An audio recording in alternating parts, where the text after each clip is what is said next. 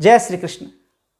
मित्रों, आज हम लोग मेघनाद के जन्म से संबंधित जो है रावण ने शनि का जो पांव तोड़ दिया था, क्यों रावण को शनैश्चर कहते हैं, उसका पांव क्यों रावण ने तोड़ दिया था और मेघनाद का इसके जन्म के साथ क्या संबंध है और मेघनाद के पराक्रम जो है इतना पराक्रमी वो क्यों था, कि ग्रहों की क्या स्थिति थी, इस पर विचार करेंगे। वैसे तो मेघनाद की कुंडली उपलब्ध नहीं है सामान्य तौर पे, बहुत पुरानी बात है, लेकिन ऐसे आख्यान मिलते हैं पुराणों में, शास्त्रों में, कि मेघनाद के जन्म के समय सारे ग्रहों को रावण ने, चूंकि रावण जो था वो ज्योतिष का बहुत बड़ा ज्ञाता था, तो वो चाह रहा था कि सारे ग्रह जो है इंद्रजीत की कुंडली के 11वें भाव में बैठे हों जब वो जन्म ले। कहते हैं ना ऐसे कि वो सबको बंदी बना लिया था, कि पवन उसको जो है हवा करते थे, इस तरीके की बातें करते हैं, तो उसका ग्रहों पर कंट्रोल था। कहने का भाव ये था, उसके तप की वजह से उसका प्रभाव है, और जिस वजह से प्रभाव, रावण इतना पराक्रमी था, प्रभावशाली था कि वो ग्रहों को नियंत्रित कर सकता है। इस प्रकार की बात मानते रहे हैं। जो आख्यान है वो, उस आख्यान में ही एक ये प्रसंग आता है कि जब मेघनाद पैदा होने वाला था उस समय रावण ने सारे ग्रहों को कह दिया था कि 11वें घर में तुम उस समय बैठे रहना। चूंकि उससे पहले हम जब भी देखते हैं ना पराशरीय ज्योतिष या और भी जगह हम देखें, तो केंद्र और त्रिकोण स्थानों को बहुत महत्व दिया गया है। 11वां भाव लाभ का है, लेकिन वो त्रिसडाय में भी गिनती होती है, तीसरा छठा 11वां घर पापी भाव मानते हैं। वहाँ पर पापी ग्रह हो तो उसको मानते हैं, ठीक है, लेकिन शुभ ग्रह बहुत अच्छा नहीं मानते। हालांकि कलयुग में कहते हैं कि 11वें घर में अगर ज़्यादा ग्रह हो तो अनेक स्रोतों से उसे धन की प्राप्ति होती है, पद प्रतिष्ठा के लिए अच्छा मानते हैं, लेकिन बहुत अच्छा घर नहीं है। जैसे अगर पापी ग्रह वहाँ पे होगा तो पंचम संतान के घर को देखेगा, उसको डैमेज करेगा, ये भी। लेकिन ट्रेडिशनली जो है वो केंद्र और त्रिकोण स्थानों को बहुत शुभ माना जाता रहा है। त्रिसडाय को बहुत अच्छा नहीं माना जाता। त्रिसडाय में ही 11वां घर आता है। 11वें घर का स्वामी जो है उसका पत्थर वगैरह भी नहीं पहनते, कहते हैं उससे बचना चाहिए, वो स्वास्थ्य की दृष्टि से अच्छा नहीं होता, कुछ अशुभता उसके भीतर होती, तो 11वें भाव को बहुत अच्छा नहीं मानते थे पहले। अब 11वें भाव में जब रखने की बात देवताओं को पता चला तो उन्हें पहले समझ में नहीं आई कि क्या मामला है, ये क्यों ऐसा ये कर रहे हैं। रावण ज्योतिष का ज्ञाता है, लेकिन वो नया कोई प्रयोग कर रहा है। तो वो लोग शनिदेव से कहते हैं कि आप ही कुछ कीजिए, जो है कुछ ऐसा कीजिए कि इस तरीके से ऐसा नहीं हो पाए, जो भी उसका नेक्सस ग्रहों का बनाना चाह रहा है अपनी कुंडली में वो टूट जाए, आप कुछ ऐसा कर दीजिए। तो शनिदेव ने भाई रिस्क लिया देवताओं के कल्याण के लिए। तो शनिदेव जब मेघनाद पैदा हो रहा था उस समय शनिदेव ने 11वें घर में न रह के 12वें घर में पैर बढ़ा दिया था, ऐसा कहते हैं। और इस कारण रावण ने गुस्से से उनके पांव पर गदा का प्रहार कर दिया, जिसके कारण पैर उनका टूट गया। और शनैश्चर धीरे धीरे, नाम ही है शनैश्चर, धीरे धीरे चलने वाले, तो वो धीरे धीरे चलने वाले शनि हो गए, ऐसा कहते हैं।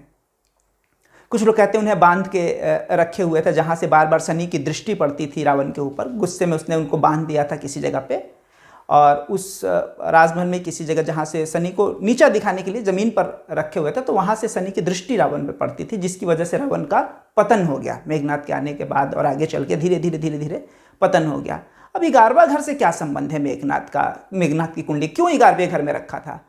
तो वो लोकतंत्र का समय नहीं था कि मैनिपुलेट करवा के किसी तरीके से आप जहाँ पे जूझ जाते हैं। जो न बनने वाला हो वो भी प्रधानमंत्री की दौर में होता है। हर कोई छोटी छोटी पार्टियां भारत में आप देखिए चाह रहे हैं कि हम भी प्रधानमंत्री हो जाएंगे। मनमोहन सिंह, अगर प्रेसिडेंशियल सिस्टम होता अमेरिका की तरह कि हर राज्य से जीत के आइए, तो मनमोहन सिंह जैसे लोग कभी प्रधानमंत्री बन पाते, देवगढ़ा जैसे लोग प्रधानमंत्री बन पाते, गुजराल जैसे लोग प्रधानमंत्री बन पाते, लेकिन नहीं बन पाते।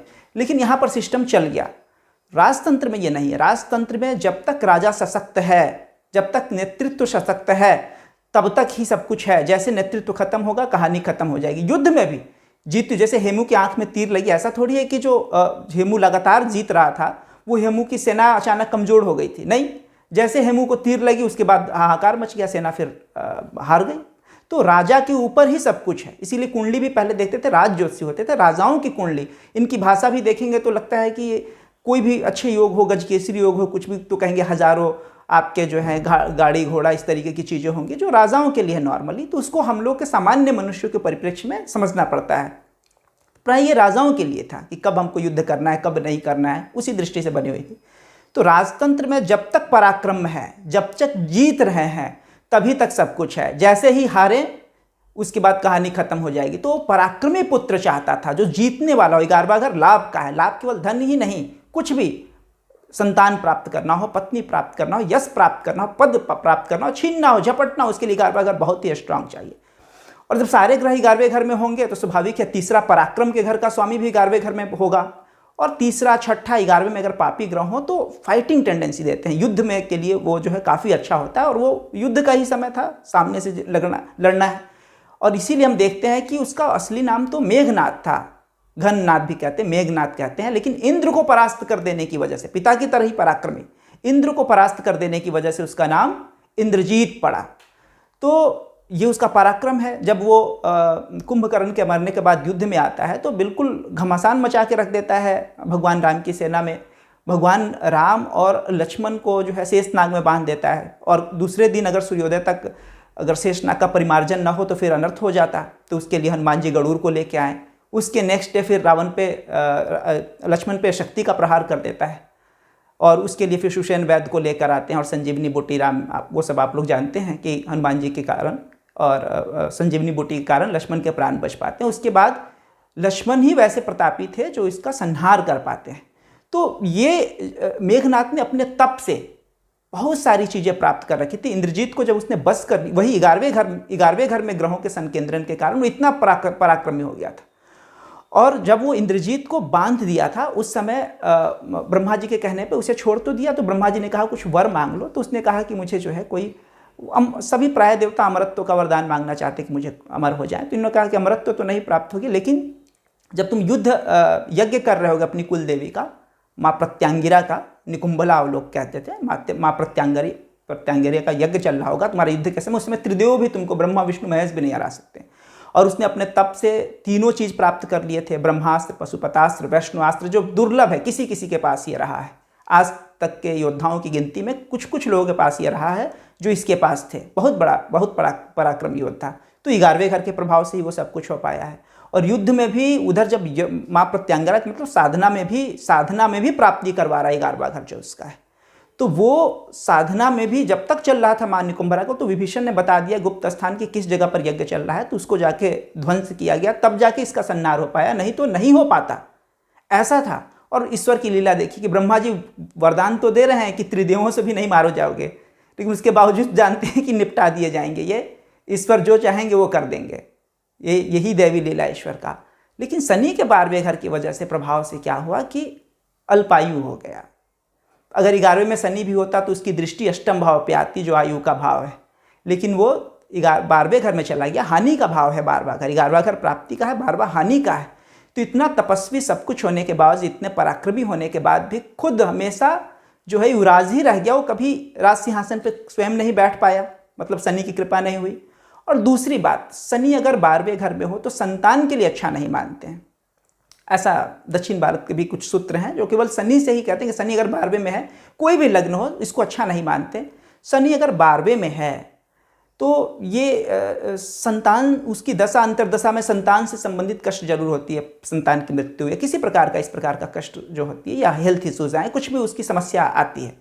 अब 12वें घर के शनि की वजह से अब सीधी बात है कि ये तो खुद राजा नहीं बन पाए, इतने बड़े राजा के पुत्र होकर, तो इनका संतान फिर कहाँ से राज करता आगे। युद्ध में इनके संतान भी मारे गए होंगे। कहते हैं ना कि रावण का जो है पुत्र पौत्र जो है सब कुछ विनाश हो गया। स्वाभाविक बात है कि वो जब यही राजा नहीं बन पाए तो संतान क्या राजा बन पाती, ये स्थिति बनी पड़ी हुई थी। तो शनि का प्रभाव ऐसा रहा कि एक तरह से समझिए कि वो उत्तम उत्तराधिकार भी नहीं दे पाया, उत्तम उत्तराधिकारी भी नहीं शनि दे पाया। मतलब संतान जो चाहिए जो करे, विभीषण राजा बने, उसके बाद विभीषण की श्रृंखला आगे बढ़ी श्रीलंका में, न कि मेघनाथ की श्रृंखला बढ़ी। तो आप देख रहे हैं ग्रहों का खेल, शनि का जरा सा 12वें में चला जाना। ऊपर से जब शनि 12वें में गए होंगे तो ऐसा थोड़ी है कि अचानक से 15 डिग्री के हो गए होंगे।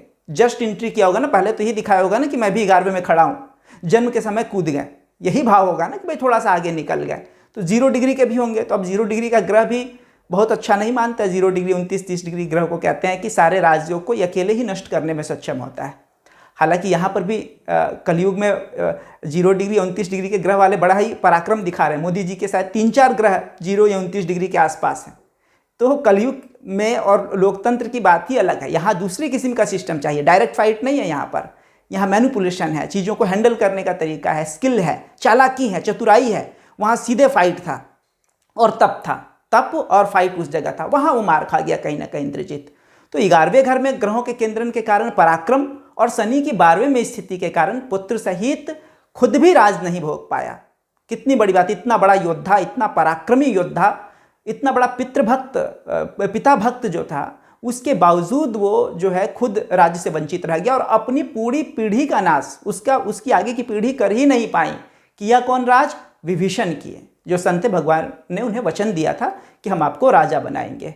तो ये है रावण, ये आख्यान और इसके ज्योतिषीय अर्थ जो है 11वें घर में उसके होने का और शनि के लंगड़ा होने का भी इस कहानी के माध्यम से हमें समझ में आता है कि क्यों वो लंगड़ा हुआ। कई और कारण भी बताते, लेकिन ये महत्वपूर्ण कारण है कि शनि की उसी समय दृष्टि जो बार बार उस पर पड़ रही थी, उसके राज्य को हनन करने में उसका एक बहुत बड़ा कारण बना। ठीक है, फिर जय श्री राम, जय श्री कृष्ण।